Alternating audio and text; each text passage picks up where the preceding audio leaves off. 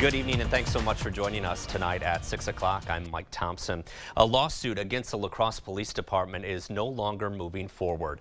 The journalism nonprofit that originally filed that suit has now dropped it. News 8 Now's Emily Haugen joins us now in our newsroom to explain why and what this means for the case moving forward. The Badger Project, an investigative journalism nonprofit, filed that lawsuit on September 30th. This came after its managing editor was denied public records regarding a police officer who resigned.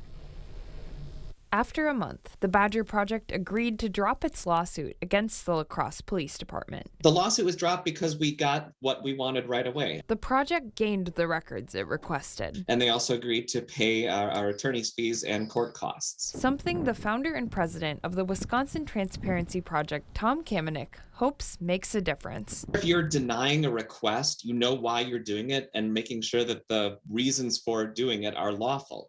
There are only limited exemptions in the open records law, and there's a default presumption of access. Kamenik filed the lawsuit on the Badger Project's behalf. According to Wisconsin law, all public records are open to the public, unless the government can point to a specific legal exemption. In the city's original denial, Kamenik says they cited a statute that didn't apply and didn't explain it. They're supposed to explain their reasoning, explain why this statute covers these records, why the default of access does not apply to these records.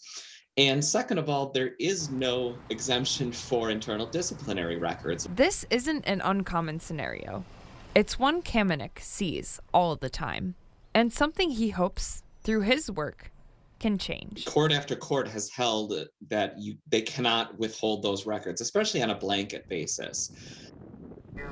Tom Kamenik says about 2/3 of the cases he files end quickly, where records get resolved and fees get dropped. All right, thanks a lot, Emily. The La Crosse City attorney who handled this case was unavailable for comment today. However, he said in an email to the Transparency Project, the decision to deny those records was made, quote, in error.